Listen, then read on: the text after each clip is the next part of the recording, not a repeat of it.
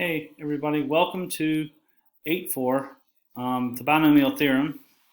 It's one of my favorite things to work on in this course, and I enjoy algebra, but it's an important skill to learn. We're going to use it in statistics for binomial probability distributions and things like that. I'll show you every shortcut I know, but if we follow through the sequence of these videos and start at the beginning and sort of just go step by step, I think you'll find that it's not too unmanageable. The algebra can get messy, so let's get started. All right, so what I've got for you here is some notes that I've written, and basically this video will pretty much be an introduction to the problem and what we really need to accomplish in this section. All right, so just to recall, you guys, two terms is called a binomial, A and B, generically said here.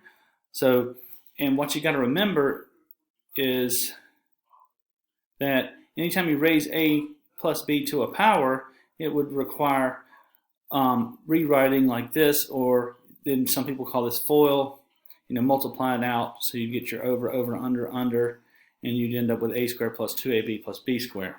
Important to realize this is not A squared plus B squared.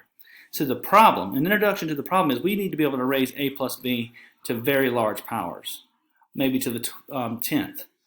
And this iterative process here, it would be tedious, and eventually I think you'd find that almost unmanageable. Okay, so we just take a lot of work.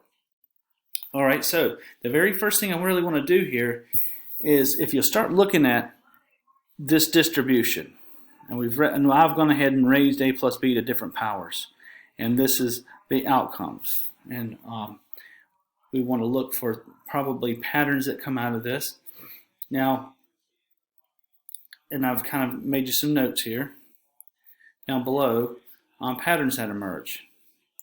And if you look here, this is to the 1 power, A is to the 1, B is to the 1. Second power, A is to the second, B is to the second. Third power, it starts with A to the third, ends with B to the third. Same thing goes for the 4, 4, 5, 5.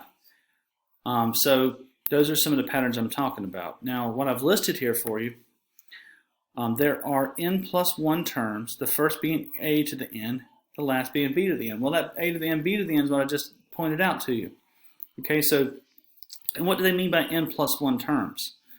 Okay, so if it's to the 1 power, there's 2 terms. 2 power, 3 terms. 3, 4, and so on. So if you're expanding one of these are sort of checkpoints, things that you got to make sure are true.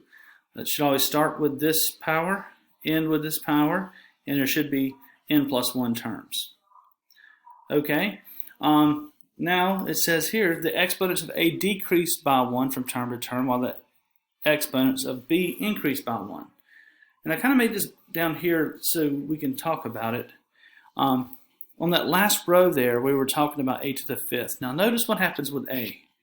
A goes 5, 4, 3, 2, 1, A to the 0, which is a 1.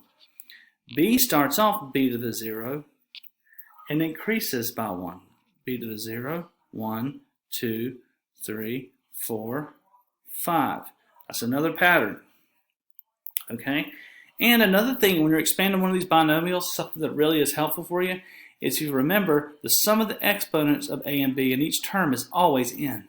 For example, n is 5, 1 plus 4 is 5, 2 plus 3, 5, 3 plus 2, 5, 4 plus 1, 5, 5, and it's always true. So those are the basic building blocks of writing a binomial raised to large powers. Okay, but there's one problem. There's one problem. Where are these numbers coming from? The 10, the 5s. And that's sort of what we are going to have to look at. So I wrote right here, with these observations, we can expand a binomial raised to any power with the exception of the coefficients. And if you look here, we've got, now let's follow our pattern. Are there 8 terms, n plus 1 terms? 1, 2, 3, 4, 5, 6, 7, 8. Yes. Does A do the right thing? 7, 6, 5, 4, 3, 2, 1, 0. Yes. And B is also increasing as we go along. So the only thing in question here, I put question marks there saying, hey, we can actually expand one of these to any power we want with the exception of these coefficients.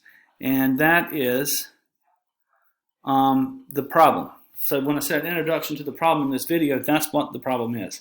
And in the next video, we're going to address one way of finding these question marks, okay? And there's going to be several ways. I've even got some tricks coming up for it, but we'll go step by step and learn it the right way. All right, guys, thanks for watching, and I'll see you in the next video.